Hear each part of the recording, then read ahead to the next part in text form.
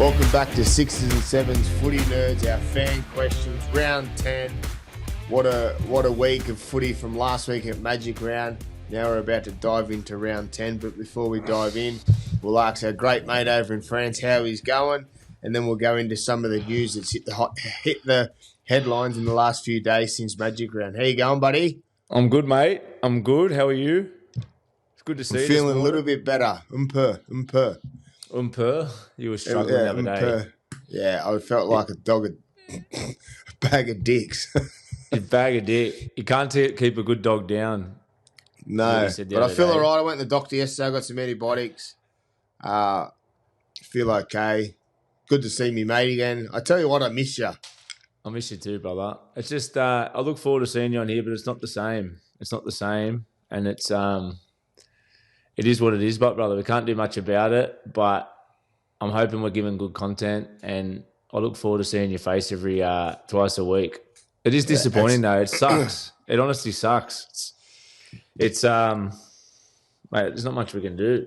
But that's life, isn't it? Life's difficult, life's hard sometimes, but it's not so much difficult because you're going over there to have a beautiful baby, to be with your beautiful wife, and you will return to our shores that one day. And that one day could be February next year, could be, who knows? But when you return, we'll be waiting with open arms for you.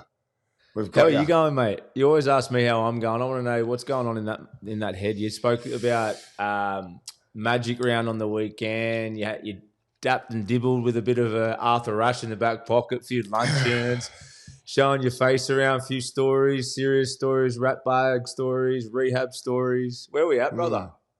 I'll tell you what, you're looking healthy and clean. You look clean. Yeah, life's good. I was just saying to Gabe before we jumped on, I haven't been doing much training. I've done a little bit. Obviously, the man flu's got me from Magic Round, but yeah, life's pretty good. Kibra, we're starting to play games soon, so that's always a good time of the year. Still tinkering with the ideas of playing football somewhere, but the more that goes on, it's probably a no. Got on the mole yesterday afternoon, so lots happening. What's the motivation to want to keep playing? Because to be honest, I'll be honest with you, I've had a little urge lately. To actually go through with it, though, is not going to happen. But it's just that little bit of, after you're out of footy for about a year and a half, you get that little bit of an urge again. You get that little bit of a competitive nature about you and wanting to be a part of team sport. And that's why coaching's great for us. That's the thing you just said, the competitive edge. I miss that feeling of going out there to win. I don't know. I don't really know what it is. It's probably relates back to having missed a year of football since I was 4. I'm 39 next month, so that's a scary thought. Fucking getting old. 39. 39. 39 years old. So, but yeah, lots is happening. But the same thing, Mitch. It's just one of those things that life's busy, but it's good. The chaos is gone around the head. There's no monkeys on my shoulder banging a drum telling me to go have a beer or go do this or go do that. I'm at peace and just tracking away. Got lots of things happening, as you know. Obviously, our potty reboot. That's exciting. We're taking some steps for that. Obviously, I've got my big walk in the pipeline. I won't say where it's from, but that's tracking along really well. So for our footy nerds, at the back end of this year, you might see me on paving the tarmac for a fair walk. I won't say the locations, but I'll be on the road on my foot, doing it for a special cause. So keep that in mind, or keep the news. I'll be giving more information once I confirm and know the dates and where I'll be doing and how I'll be doing it. But I'll be paving the pavement. How do you say it? Paving the pavement. Pounding the pavement? Pounding the pavement. Yeah. Pounding the pavement. That's pretty impressive, though, isn't it? I know you've mentioned a bit to me what you're going to do, what you're thinking of doing, the challenge, which is courageous of you and very generous. I wish I was there to be able to do that with you, but I'm looking forward to, as you said, reboot. Reboot's a long game for us, and there's plenty of movement at the moment. So we've obviously got a good team there together, and there's some big visions there around our reboot stuff, and obviously you giving back through this. What was it called? The pavement? Pounding the pavement. Pounding the pavement's a step of service. So hats off to you, brother. I'm looking forward to hearing what you're able to do. And I'll look for a little challenge before the end of the year myself here. I don't know what that is yet, but I'm putting it out there. I'll put a little challenge out there, probably over here, obviously. But yeah, I'll announce that. I don't think it'll be as big as what you're doing, but I'll do something that's of service, Toddy. And also, too, you were saying Keebra. Where are they at? How's the school going? Who's the standout in that local Queensland comp? Because I know that the Queensland schoolboys team must be getting picked soon. Is it for the Australian schoolboys comp? Yes, the South Coast trials are coming up. Well, South Coast is being picked, so the Queensland team will be picked in the next few weeks. I think it is. They'll have their trials in Gladstone. School footy starts in week 7. We had our first trial last week. The boys performed really well. I'll tell you what, our Keebra kids from year 7 to year 9, they started their competitions yesterday. They had 1 try scored against them in all 3 grades. Wow. So it's good to see the work our coaches are doing. Special mention to Swifty. Loves me mention him on here. He loves footy. Yes, He's a full footy nerd, as you know, Mitch. And the education and the coaching them kids get in them lower grades is really good, and it's what you're around it for. It's good to give back to them.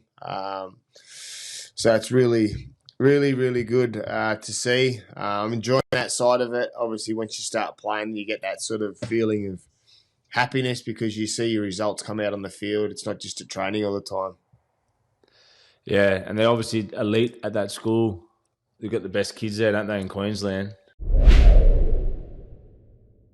want to talk about the Dom Young situation, EZRA Man being left out of the 17, and the David Fifita dropping of last week, and now he's out indefinitely. They're saying ankle from the surgery out in the off-season. We'll talk about the Dom Young one first. What's your thoughts on, are they trying to free up money? Something's happened. There's always obviously question marks when a player gets tapped on the shoulder. I was just speaking to Gabe before. Only a few weeks ago, we had Lockie Galvin tell that he was leaving the Tigers, DC leaving Manly, Dylan Brown leaving Para, and it's like they're the worst people in the world for coming out and saying they're about to leave. No wonder some players don't show loyalty to clubs, because all of a sudden Dom Young has a few bad games, gets the old tap on the shoulder, you're free to go, buddy. And that means you're out. See you later. Bye. For Dom Young, his sake, he's got suitors to pick him up. But what's your thoughts on this situation, how it's unfolding? Well, me and you only spoke about it a couple of weeks ago about how funny the game is, and it's very much whichever party it suits at the time. And we've been having all this media attention over the last 3 weeks about Galvin and his choice to take a different path. And then on this occasion, we see it from the different side of the fence. This is the club making a decision, and it seems like they're acting fast. Obviously, we've both played at the Roosters. We both have a lot of respect for the club. I had a similar situation. I got tapped to move on in a similar sort of situation. So I know that the club moves fast. It only happened to Terrell May recently as well. Terrell got moved on in sort of similar circumstances. That's sort of how the club obviously goes about things. There must be a reason for it, whether it's for the Cherry Evans situation, I'm not sure. You'd think if that was done, the money that would have been allocated to him would probably already be available. I don't know the salary cap inside out, but you'd think that would sort of be a different bracket of cash. You'd imagine that marquee money compared to a Dom Young. I'm not sure, so I'm only spitting assumptions, but you'd think there's something in the pipeline, Toddy. If the club basically early in the season, when the game nowadays comes up with so many injuries, especially the outside back, soft tissue injuries, and guys coming down with so many issues, you need your whole top 30 squad. So there's obviously a reason. I'm sure that'll come out. All right. The EZRA Man being left out of 17, you like it or you don't? I spoke about this on Monday, that coming off a loss in the way that they played, and when they lose, they're disjointed. I thought a move coming off a loss at home in Magic Round, coming in on the Monday, bringing in someone like EZRA in could have been the spark they needed. Ben Hunt to 9, EZRA outside Renault, give him a bit of spark, bit of X factor, new voice. But I also understand the argument that he's underdone. He hasn't played in close to 250 games or something. 250 days. I saw on a media thing on Instagram, I think it was. He's missed a lot of footy. So, it's probably a smart play to bring him back through Queensland Cup, and then I'm sure he'll get back in a few weeks. But it still blows your mind, doesn't it, Toddy? He's back fast, the kid. It does blow your mind. Obviously, we don't want to harp too much on it, but obviously there's still question marks of if it was the right punishment. But at the end of the day, we're not the power of the game, and I think they get some of them wrong. Obviously, we spoke about it, your incident last time. Obviously, I've had a few incidents myself, but if we put it back to recent ones, it just doesn't add up. But that's rugby league for you. David Fifita obviously left out of the Titans team last weekend. Played for the Ipswich Jets, underperformed, and now reports last night that David Fifita is out indefinitely. Is this the start of what did you say? The start of him leaving the club, or is it him time to get away and recapture his form, love of the game? Because it's an interesting one. He gave up an opportunity to go to the Penrith Panthers or the Sydney Roosters to stay at the Titans. We're 10 or 9 games in and he's been dropped. He's been on the bench, wanted to play left side, and now it's saying that he's unhappy. Well, what's your thoughts on it? And is there a club out there going to offer him the same kind of money that he was going to get when he was going to go to the Roosters or the Panthers with his performances as he's playing? Well, you and Gabe have just come up this episode for our Queensland and New South Wales teams, and I've got Fifita on my bench, just purely because of what he can bring. How much research you've done.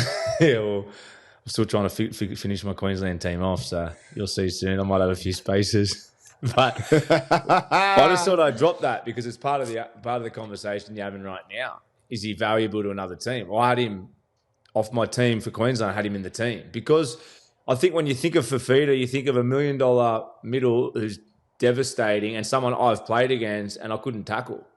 All the potential in the world, isn't he? He's got all the potential in the world. And as I said, I had the chance to play against him. Well, the unfortunate chance to play against him because he was so good and he's so hard to tackle and he was just damaging. And the whole game, when he had the ball, you have 4 or 5 players around him trying to stop him. It was a game on call. Fifita's got the ball and everyone would come alive. That's how much impact he has. But he hasn't delivered at the Titans. He hasn't delivered this year. I can understand the club's decision. But I think from Dez's point of view or from the game's point of view, you just want to know how you can unravel him, how you can just poke that bear because everyone's obviously tried and it's just not getting through at the moment. But look, he's one of those guys you want to see play well and you want him out in your team because I'm sure that his teammates would say that, and then also as fans, you want to watch him play. And you want him at his best. So is he valuable to another team for $1 million? I don't think the way he's been playing, he'd be worth $1 million to another team. But these times are crazy, and if a team's desperate and they believe that some coach out there believes that they can get the best out of him, they'll probably pay it. Yeah, I'm with you there. I think he's still valuable to a team, but at the right price. But he needs to find that. Well, it's not about him either, too. It's about how they untap his potential ability, and if that means you rip 20 kilos off and you make him lighter, I'm not too sure. But someone that does, and I'm sure they will because he's young. He's a good person, Dave. I see him around here a lot on the Gold Coast. He actually, I was actually getting a haircut. Funny story about Dave. It's not a funny story. It's a feel-good story because I was getting a haircut in Southport one day and Dave come in and he was in a rush. So I let him go first. And then I jumped up to the next barber. And then on the way out, I went to pay and he'd paid for my haircut. So thanks, Dave. Appreciate it. I actually sent him a message there. Thanks, but I'll say it now. We might be looking for a smile. So thank you, buddy. Cheers. Appreciate it. Dave, take everything back. We're right behind you, bro. You're the world's best player. In all seriousness, I've heard that, Toddy. I heard it, what a champion bloke he is. And whenever I've seen him, he's always got a big smile. Seems like a champion guy. It's nothing personal against him. But on form, he's just not playing to where everyone probably wants him. And it's because people see his potential. And you know how good he is. It's just one of those things where, you wonder if he's where his head space is at with it all. Like, what do you think he wants to get out of the game? That's the big one. Well, that's a good thing is that he can only answer that, and hopefully he will. Maybe he won't, but at the end of the day, as you said, hope he's all right and hope he's doing okay. And you've got him in your Queensland team, so you better pack his bags and get ready for Origin. So, yeah. All right, well, we're here for round 10 preview, and we've got a little special game we're about to start. We're starting it at round 10 because, like we say, we're here to better our show and trying to interact with our beloved footy nerds. And we've got a new thing happening, and it's called our Cheddar, our little Cheddar here with our fingers, Cheddar of the week, and we're going to pick a team. If they're the underdog or the favourite, if the underdog wins, it's 2 points. If they're the favourite wins, it's 1 point.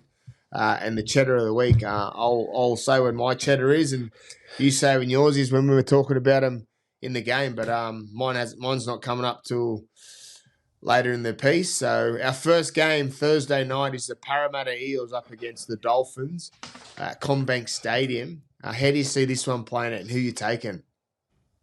I am taking the Dogs. What did you just say then? Parramatta versus who, Toddy?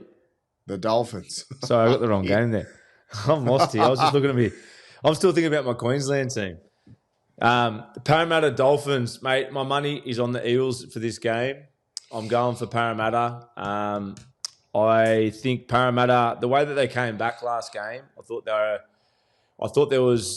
they got exposed a little bit to an extent. I spoke about on the Monday show about the downfall of having such a dominant playmaker in Mitch, that a good defensive system finds ways to shut him down, and then the rest of their game is not as effective. I think this game, though, I think the Dolphins aren't going to be able to apply as much pressure on Mitch Moses as the side did last week. And I think in that way, Mitch will have a field day against the Dolphins, who are a side that are still struggling to play for 80 minutes. They can play well in periods. I think it's going to be a high-scoring game as both sides have got creative players. Obviously, Katoa up against Mitch Moses, great battle in the halves. But all across the board, both teams have a lot of strike, a lot of X factor. But I think Parra will have a bit of a field day on the Dolphins' edges.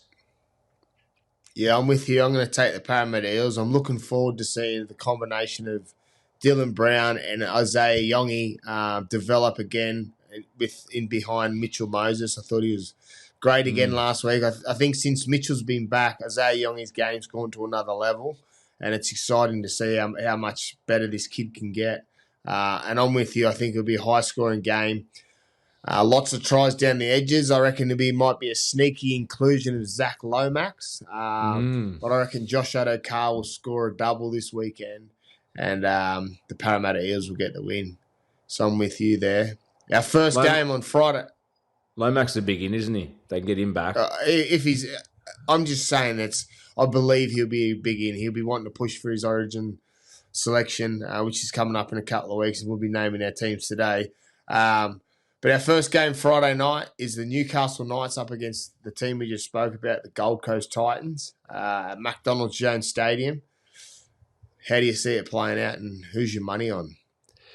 My money's on the Knights, just on the way they played last week. It has to be on the Knights because the Knights, the form that they've showed this year, coming off 4 or 5 losses it was going into the weekend's game, if they can't back that up this week, it doesn't show much about their season. And I think on form and the way the Titans are, I just think the Titans they're in a world of horrible pain at the moment, defensively and in attack. We spoke about them attack-wise. They struggle to build any real pressure off in arm wrestles. They haven't really got a really dominant kicker or a game manager there at the moment, and defensively on their edges is really passive. So I think the Knights, if they can play that calculated risk type footy they did last week, get the shackles off.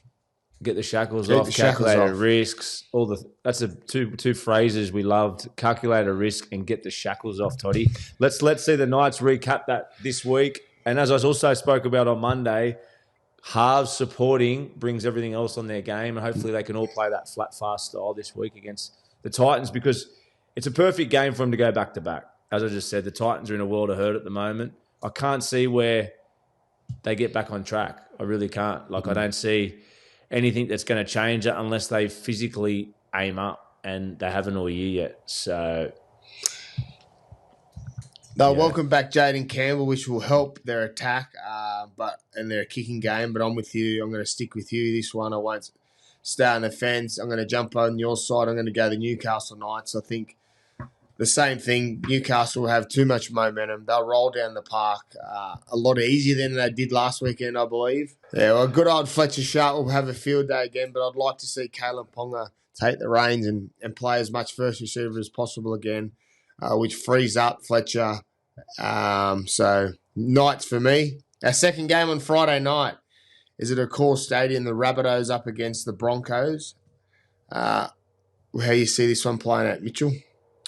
Broncos have to win for many reasons. I think South spoke a week ago, I think it was on this show, I spoke about South, how well they're doing, that they were in 11th spot at the time, 2 points out of the 8, with all the players that have come in and out of their team. Obviously, Latrell's been in and out. Humphries has been in and out. Cody's missed a couple of games. So they've done really well to hang in the fight, but I think it's starting to affect them. It definitely did last week, the lack of players in key positions. And I just think, again, this week, it's going to be a real struggle for them. I really do. I think they're getting the Broncos at a bad time. Broncos coming off a bad loss. One good thing the Broncos have done this year is bounce back after a loss. Usually they've played quite well. It's not a good habit to be in, up and down, but they do bounce back quite well. And they would have had some serious meetings, I think, on Monday off the weekend at Magic Round. The way that how I spoke about on Monday, how disconnected they were at times, especially that 10 to 15, 20-minute period without a lot of ball and just couldn't ice points. So I think there'd be a fair bit of... There would have been a few crisis meetings on Monday, but look, they got Adam Reynolds there as a season half and Benny Hunt there around the spine that I think will get them back on track this week. Yeah, I think it's going to be a big game Friday night. I'm going to jump off the fence and going to go the Bunnies. They welcome back Latrell, Jamie Humphries. I just want to do that because you spoke so well about the Broncos. But I just know I think Latrell back in the team, Jamie Humphries. I think they'll rally together, welcome back the Latrell. Obviously, Jamie's been out for a few weeks, but I think they can. I think there's a lot more going on at the Broncos, and I think that a week won't fix it after last weekend's performance. I think they'll still have scars from the Magic Round weekend coming up against the Panthers, and the Bunnies will get a tight win on Friday night. So that's my one. We'll see. Back to the Canberra Raiders, Saturday afternoon, the game of the round again for me. Last week, the game of the round was the Raiders versus the Melbourne Storm. This week, they got the Bulldogs at GIO Stadium. It'll be freezing cold in Canberra, and I'm going to stay on the green machine. I bleed green. I believe Canberra. I think Canberra will actually beat the Dogs through the middle. Their forwards at the moment are playing a class above. Big Red, Tarpany, and Papali, Marietta Otter coming off the bench, and we can't speak highly enough about the back rows, Matty Nicholson and Hudson Young. But I believe the Raiders get the win here, but in a hard-fought win. Jamal Fogarty's kicking game will be the difference, and their forward pack. They'll just create too much momentum through the middle, and the Raiders' outside backs and back rows will have some joy. I'm going to disagree with you, but I love your argument for the Raiders. I think everything you said is going to happen. I think out of all the sides in the competition at the moment, besides Melbourne, Canberra's the only one that can really ruffle up the Dogs' defence. We speak about how well their system is, that they take out the best players, whoever they're playing against. But I just think, with, as you said, Mariota. The Broncos ruffled them up 2 weeks ago. The Dogs? Yeah. Yeah, that's what I just said, but it's not. You said Melbourne. I don't think Broncos, if Broncos played Dogs 3 or 4 games in a row, I reckon it's 3-1 to the Dogs. They had a lucky day. I think they outplayed the Dogs on the day, but I don't think that there's many other sides besides Melbourne consistently that can break down the Dogs' defence. So that's why I agree with what you're saying. The way the Raiders are playing with the strength and speed of their outside backs, I said it a few times. I think they've got the best young outside backs in the game that aren't seen at as, the elite level of the rep players that get all the compliments, but they're just as good. And as you said, Mariota, Tapine, Hudson Young, Nicholson, these type of guys have got the body type and footwork and offload to break up the Dogs' defence. It's unorthodox kind of footy that's coming at the Dogs, and they're not good at that. Or when I say they're not good at that, it's probably the only way that you can really unwrestle. So you want to jump back on the Raiders? System. No, I'm going for the Dogs. I'm going to get to that. I'm just saying I believe that Raiders... You're trying to catch me out, bro, because it's not working. Because I've already caught you out a couple of times. No. I'm getting at the Dogs in a second. I think the Dogs will be too good in the live ball situations, and even though the Raiders will cause them some headache, I think the Dogs will turn them away, and they'll have too much strike. Guys like Crichton, Burton's kicking game, and I just think their middles. Is Preston out, boys? Yes. Here we go. Here we go. The tides are turning. No. I'm sticking with the Dogs. A late switcher. I'm sticking with the Dogs. But this is the beauty about preview. It's all talk and assumptions. So it's cool to throw a few curveballs because at the end of the day, we're just talking shit, giving what we assume is going to happen, and who the fuck knows? Isn't that true, right, Toddy? Exactly right. We don't have a crystal ball, but I think the Raiders get the job done, and I'll explain why. Ricky will have them ready to go again back down at GI Stadium. They've had lots of travel, but they'll be back home to their beloved Raiders fans, and they'll be cheering them on. The Viking clap will be. Yeah. You'll be I might in the crowd. blow the horn one day. No, Why don't you go down? Why don't I be going down this Saturday, mate.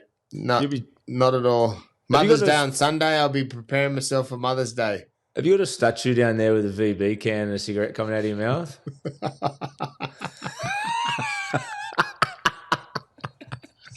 There's a statue of me climbing Ricky, Laurie, and then you with a VB can with a cigarette. There's a statue of me climbing the tree like this bird. That's how I was holding up the tree. Look, that's how I was up in the tree. I'm in every pet store. I'm in every pet store in the eastern suburbs, bro. I'm in every pet store in the eastern suburbs. Got a statue on every one. It's the best. Cuddling dogs. Wearing a yellow dress. We've got some stories to tell on another day. Our second game on Saturday night is the Dragons up against the Warriors. Warriors have had lots of travel, but I'm going to take the Warriors. We spoke about Luke Metcalf's game last weekend. Their middles, obviously Mitchie Barnett, Halle Asima, I just think the Warriors, obviously, I do believe the Dragons will put in a better performance than what they did on the weekend. And Flano usually has that with his teams. He gets them up for 1 week and then they're sort of a bit lackluster the following week. But I'm going to stick with the Warriors. I think Warriors will continue to get the job done. All on the back of Luke Metcalf and Wade Egan, the way they're playing. Obviously, Tavita Harris. The Warriors are in some fine form, and I don't think the Dragons can counteract that. Yeah, I'm going to agree with you as much as it hurts to agree with you. I'm going to go for the Warriors. I got egg in my face last week going against the Warriors. Spoke about it on Monday that I thought they were... My first 4 or 5 weeks, I was sort of... I thought they were doing really well, but I thought the balloon was going to pop. But as I said on Monday, it's becoming a consistent winning top 4 side now, and they were outstanding last week. And yeah, Metcalf's the man. He's been if you're naming player of the year at this many weeks in, he'd be your player of the year, I'd say. That's how dominant he's been. And as we've said, he's changed his styles. Each week he's built his style, slowly starting to implement his own talent onto the team. Running game, passing game, game management. I just don't think the Dragons, on the other hand, have got that in their spine. Obviously, the stuff around with Ilias, more responsibility on Flano. I think they're left side dominant. They've got some ability to pull your pants down on the left side of the field, but I think it's going to be 3 straight losses for the Dragons this week. I'm with you there. Go the Warriors. Up the Wars. Up the Wars. Can you give us a drum roll, please, Mitch? What for, brother? Your Queensland team. Give us a drum roll. This is my cheddar of the week. Ooh. Penrith Panthers up against the Cowboys in Country Bank Stadium on Saturday night. And my cheddar of the week is the Penny Panthers. And I'll explain why they're my cheddar of the week. They welcome back Brian Toto. They welcome back Mitch Kenny. They are nearly fully fit, the old Penny Panthers. And after their performance last weekend, they found their groove. I just like where the Penrith Panthers are going now with these players back. I speak about the loss of Harry Grant in the Melbourne team, and it's not as important for the Panthers with Mitch Kenny, but with him back in the team, he understands the play of Nathan. Obviously, Brian Toto starts the sets for Dylan Edwards. They find a lot more meters early. I just think the Penrith Panthers would be way too strong for the Cowboys up there. So they're my cheddar of the week. Nice. Is this my time for my cheddar? No. Okay. Your cheddar's when your team comes up. Game. Yeah, I'll put it back in the fridge for a bit, my cheddar cheese. Put it back in your pants. I can't argue with you about Panthers, Toddy. I feel like I was the only one who put my balls on the line. I'm owning this because last week I got egg in my face on all my predictions, as I may again this week. But I was proud of my statement about Penrith. I seized it. I felt it. I felt the champions coming. I felt the champions knocking on the door, led by Nathan Cleary. I spoke about it on the show last week, and I said I think it's going to be their day, and they're going to, you can't doubt a champion. And I just think the win last week, I just sensed something that it was D-Day. I said that a couple of weeks ago as well when they had the big performance, and then they struggled the week after. But I think last week, just the way Nathan was on that big stage, Origin around the corner. I know it's not a one team player, but I think him and his little crew there are ready to pounce. And I think the Cowboys will run them around, as we spoke about every week. They can hit you from every angle, upstream and sideways. They've got great footy all across the park. Nene on the edges is scoring plenty of tries. But I think Panthers will be too diligent this week. Diligent, Toddy, I think. Precise and diligent. Is the word. Precise and diligent. Diligent. Yep. Well, the Penny Panthers be very diligent because you're my cheddar of the week. All right, on to Sunday. Our first game Sunday afternoon. I'm going to...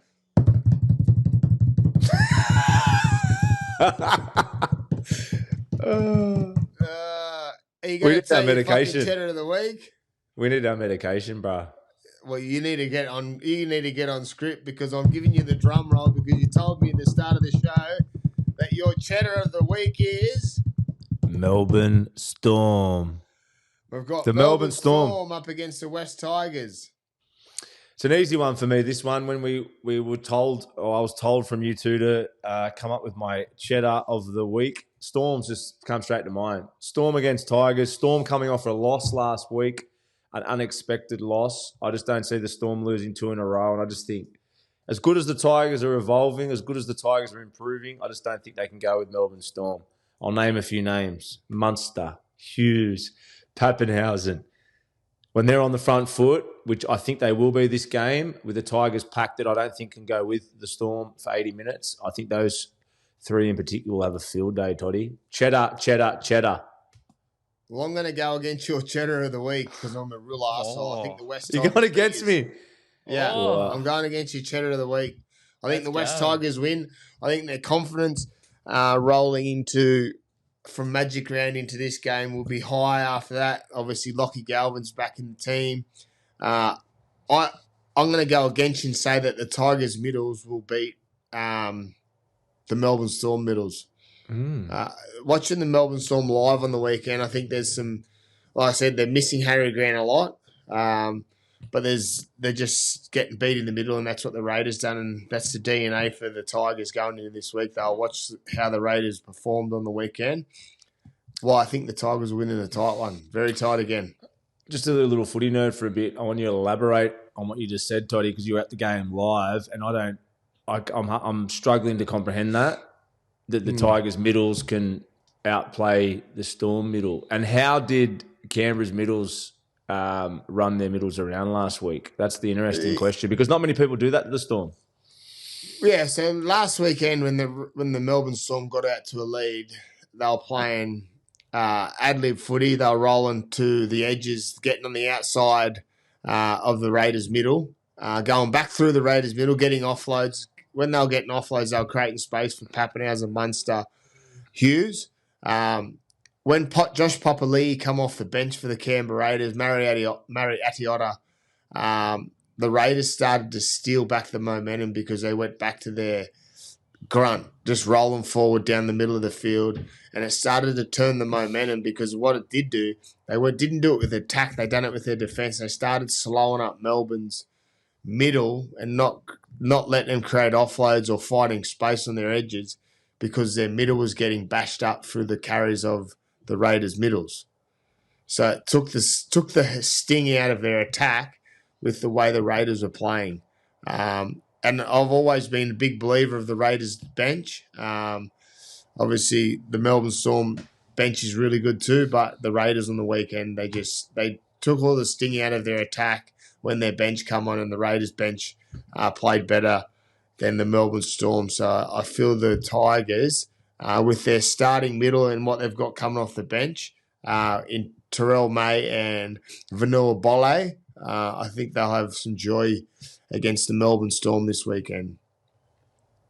Nice. Good analysis, my friend. That was insightful. Has he thrown you off there, Mitch, or are you sticking with your Cheddar? It's not time to change, but has he swayed your opinion? My Cheddar ain't flinching, bruh. Oh. I'll go as far to say my Cheddar's in the freezer. It's that solid. It ain't flinching. It can't be broken. It's not refrigerated. It's in the freezer. Both the boys playing for 1 point this week. No one picking an upset for their Cheddar. Who are you going for, Gabe? You're going to put your balls on the line? Or I'll admit I haven't picked one, but I prefer Storm over Tigers. But after hearing Toddy talk, it's got me a bit scared. I mean, I know he's got a better footy brain than me, but I would have gone Storm over Tigers before I went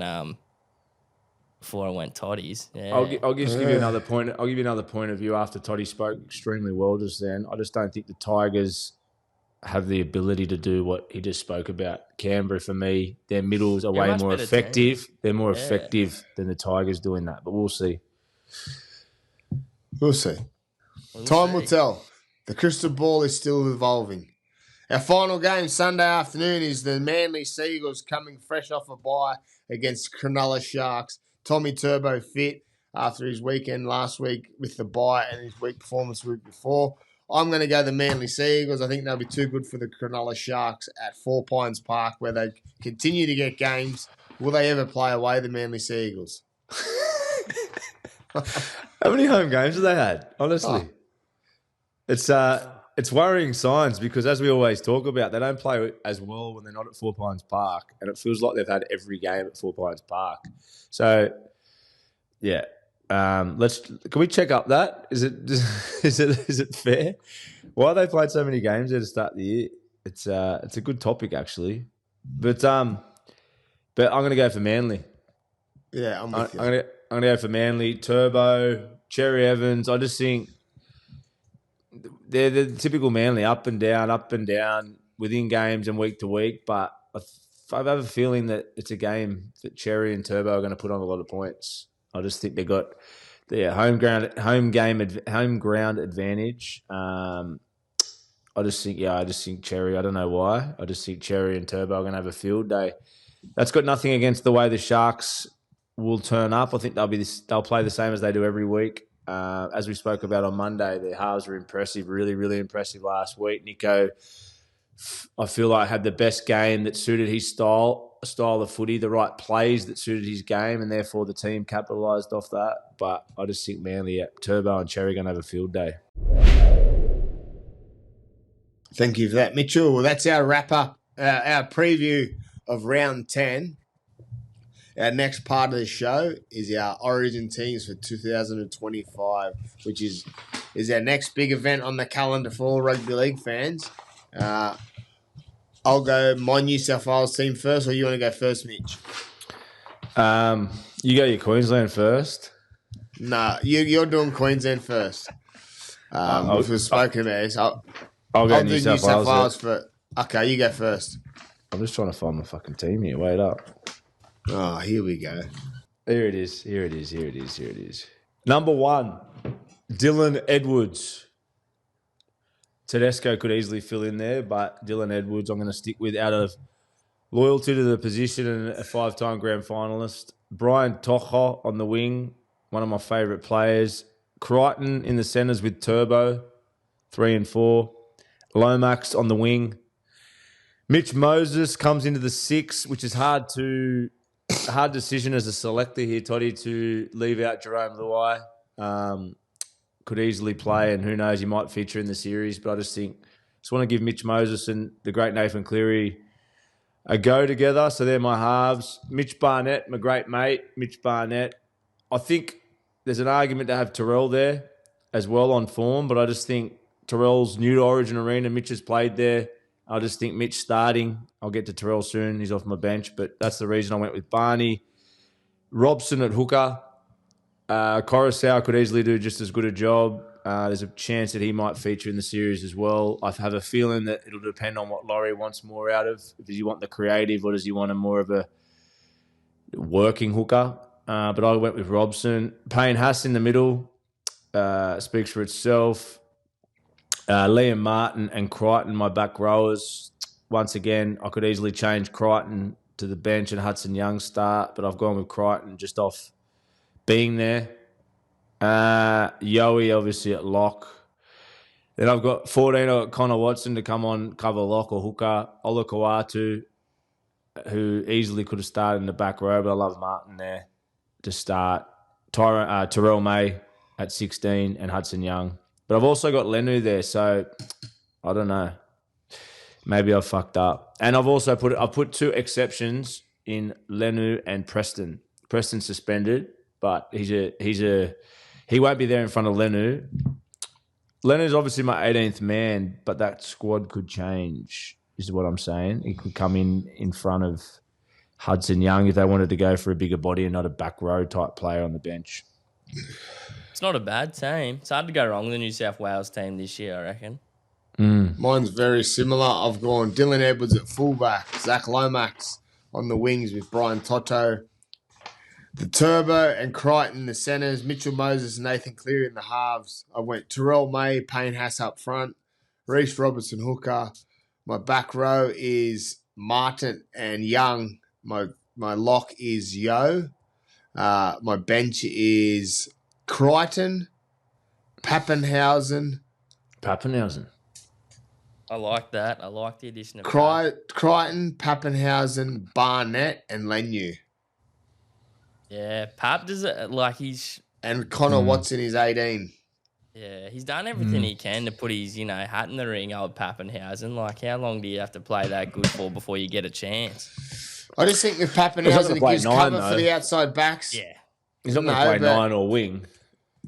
You could play him on the wing if you had to. They've put fucking small. Nico in the centres. Like, if they needed to move someone, they could move someone like a Moses or a Cleary to 9 if they needed to. Reece Robinson does the job there. He'll play 80 if he needed to. You're going to put Cleary there. You're not putting Cleary to 9. If you had to. What? But what, are you going to cover a Pappenhausen on the bench? With every chance potentially there would be an injury, then your first thought would be to put Cherry to 9. Nath to 9. I'm not saying. I'm saying you could.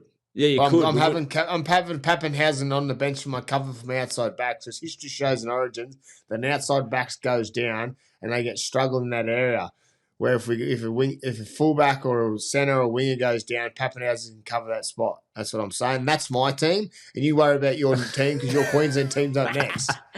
Yeah, what's your Queensland team? Mitch? Your Queensland team, fire away, mate.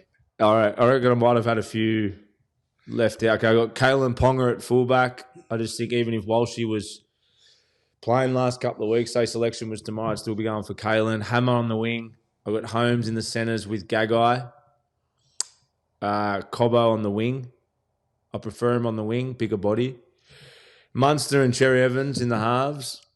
Tino up front. Grant if he's injured. If he's back, obviously. If he's not, Hunt starts. Carrigan in the other front row. Nanai, Kafusi and Cotter. back rowers and lock. What are you laughing at? Where's Xavier Coates? Xavier Coates is he's in there for. I'll put him instead of Gags then. In the centres? Nah, he'd be on my wing and Cobbo to centre. You preferred him on the wing, didn't you? Yeah, that's when I had Gagai there, but you just reminded me. Okay, Xavier Coates. If Xavier Coates comes in, then I'll change Gags out. Gags is getting a bit on, isn't he? On my bench, you're going to laugh, but I had Fifita just because I just imagined Fifita playing. It's still not crazy. Like last year, everyone kind of wanted him to play. Collins on my bench. Kurt Mann as the utility. Great utility. Kurt Mann has to get picked for me. The way he's played in the middle for the Dogs, he could play 5'8", he could play centre, he can play hooker. And the other one I had Ben Hunt, but I reckon I've missed the middle. I reckon I've missed another middle, and I couldn't think of one. Who you got, Toddy? Go and show him. I'm going to go Ponga at fullback. I'm going to go Xavier Coates and Cobbo on the wings. Two big bodies to get him out of an end. Valentine Holmes and the Hammer in the centres. Munster and DC in the halves. I'm going to go Pat Carrigan and Big Red up front. I'm going to go Harry Grant hooker. I'm going to go Beau Fermor and Jeremiah Neno in the back row. Tino will be lock. My bench will be Ruben Cotter, Mo Fodawaker, Dearden, and Hopgood. Then Hunt 18. Your team's got me. Hey, it's Origin. We never know. I like Big Red on my bench. Big Red's my bench. I'll change steal one of them. Big Red's my bench. What about if you could add like a wild card, boys? Like who's someone that's really showing their case for Origin that's like probably just not like just gonna miss out. Like I like the Pappenhausen pick.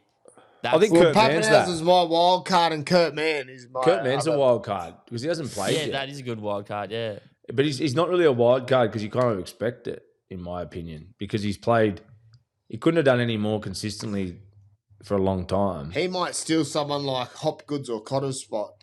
Yeah. Nah, they'll keep Cotter. They'll keep Cotter. I'd have Cotter starting. Well, you didn't have him in your team starting, did you?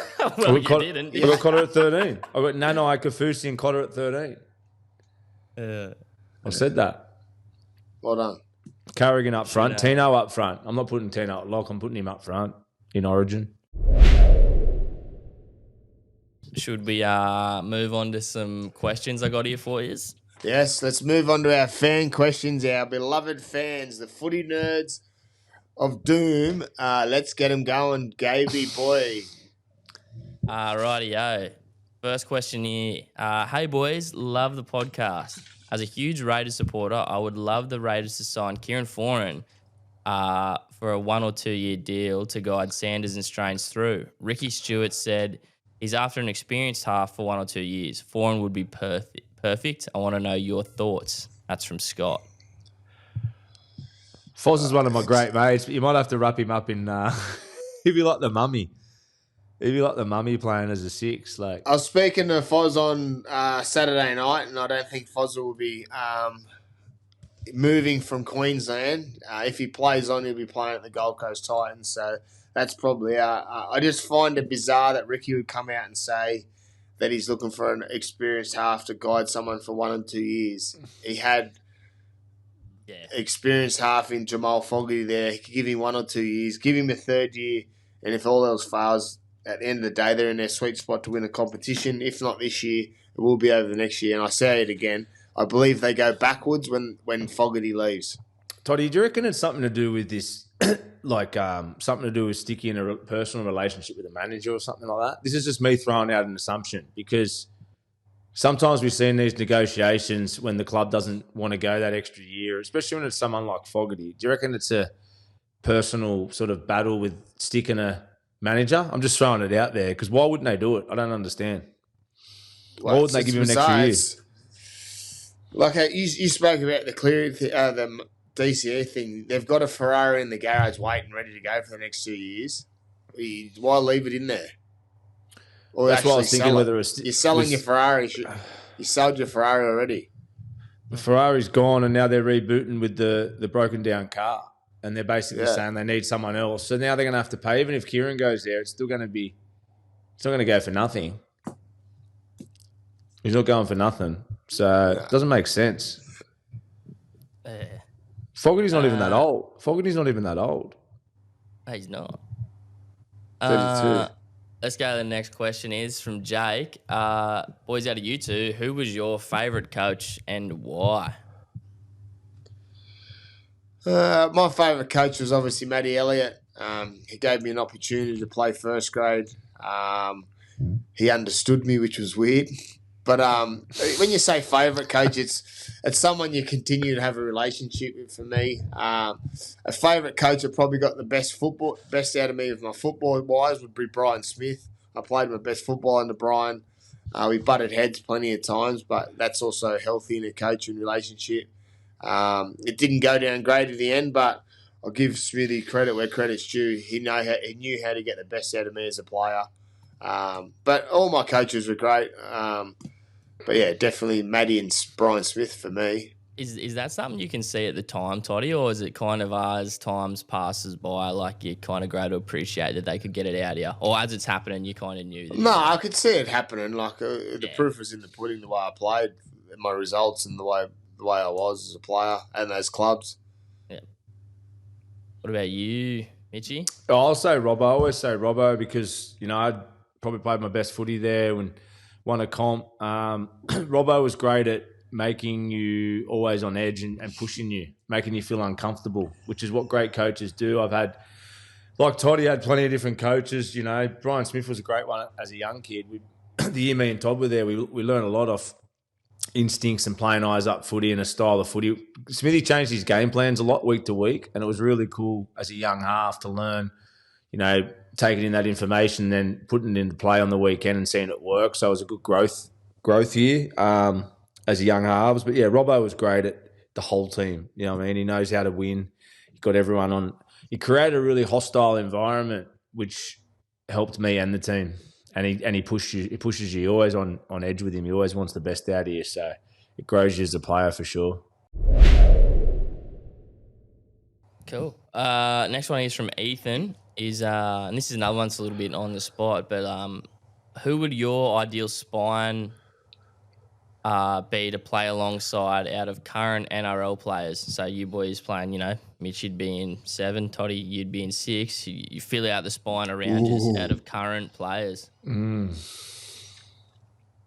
would go Cleary. Yeah. Harry Grant. And my fullback would be KP. Ooh. What are you thinking, Mitch? Yeah, I'm going to steal KP because I've played with him and I reckon around a system where he doesn't have to think as much, there's no one better. So I'd have KP, Munster and Harry Grant. Queensland. Ooh. Yeah. Oh, God, turncoat. Doesn't matter when you're at club level, bruh. You win, you win. That's all right. We're all the same. Black, white, Queensland, New South Wales at club level, bruh. 2 more here. This one's from Tyler. Did you guys have pre-game rituals? And if so, what were they? Oh, fuck. Mine is... I still have it. I always take my boots off. I pack about 3 pairs of boots. Even in the charity game that we played in the start of the year sports shed for the Goanna team, I had 3 pairs of boots in my bag and I swap them on, put them on, take them off, take them on, put them off, take them on, put them off until I decide what's the comfortablest boot to wear. So that's my ritual. What are you basing I splash 6 bits of water over my face before I go on. What are you basing It's always 6. What are you basing I don't know. There's no comfort. It's because I know what boots I'm going to wear in my head before I even get there, but I swap and change till I put them on. Yeah, right. It's a head thing. Some weird OCD trauma there, I reckon. Yeah. We need to get to the bottom of that. We need to Plenty of reboot trauma. Plenty of trauma. 8 tons of trauma. What's this yours? phone call.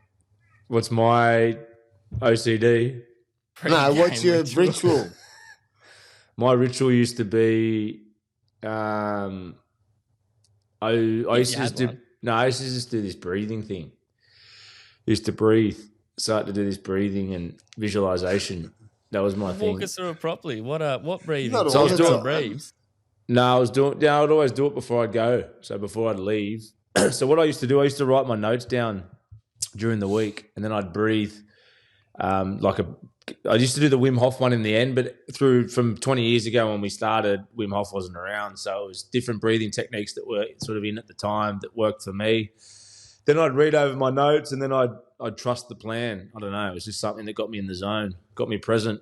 If I didn't do that, I felt uneasy, like I needed to tick that box. That was just my thing. So you full on had you had like notes on how you wanted to play, did you? Like written down? Yeah. Used to write stuff down all the time before. Most players do nowadays. I was gonna ask you, is that a normal thing in the league? A lot of guys do, yeah. Well, nowadays I think it's compulsory in some clubs. If I'm right, I haven't been in the team rooms for a while in NRL, but I'm pretty sure a lot of them do it now, where they have their notebooks. But yeah, that was my thing. But would it be like team specific, like who you need to watch and stuff, or would it be more so be like stuff you need to focus on yourself? Yeah, a lot of it was around the plan, the game plan, things I wanted to focus on, that type of stuff. But you'd have it all week, and then that was the whole idea. I'd do my breathing, and then once I'd read it, I'd let it go because there's no point holding on to it. You got to leave it in that subconscious. Hey, Toddy, the subconscious brain, bro. That's good. That's good. Yeah. Yeah. Last question is from Cam. Who is your GOAT front rower? Of all time? Yeah, greatest front rower of all time in your opinion. Well, they always say that Glenn Lazarus, but like we didn't see. Well, I was speaking from person. Yeah, so you go off. We loved, you talk footy and play with the guys that when we first came through. A lot of them, the older guys, all spoke about Glenn Lazarus. The best one I ever played against, to be honest, was Petro Sivanasiva. He was a freak, and I got him probably for about 3 years. Early days and in rep footy, Toddy would have probably played him a bit more. Petro was a freak. Just I remember how hard he was to tackle, and he just kept going, taking play one carries all the time in big games, Australia, Queensland, and for the Broncos. Best I played with was Jared Hargraves. Yeah, but the G train rings the bell for me. Obviously, he played a bit of 13, but he played like a front rower. Respect, yeah. JWH, obviously, when you from an outsider looking in, I played a little bit with him, but playing against him, it was horrible. Where's Big Sammy Burgess sit for you? Oh, he's up there, yeah. He's my guy, man. Yeah, no, he was. He's definitely one of the top. This Shane Webke was another one. Webke, there's a list of them. There's plenty. Payne Haas is getting. Honestly, the list will go on. Yeah. Rightio, that's it for the fan questions this week, boys. Well, the fan questions are done and dusted, and that's a wrap for our round 10 preview. Thanks for your knowledge, Mitch. And thanks for staying up and chatting to us. And I'm about to start my day, but it's always good to talk to you. And have a great weekend of footy nerds, and we'll see you all again next week. See you soon. I think I'm going to get some backlash for that Queensland team. Let's see who's Cheddar of the week. Remember, for our footy nerds, send in your New South Wales and Queensland teams, DMS, and send in your Cheddar of the week. Go to the Storm. Cheddar cheese.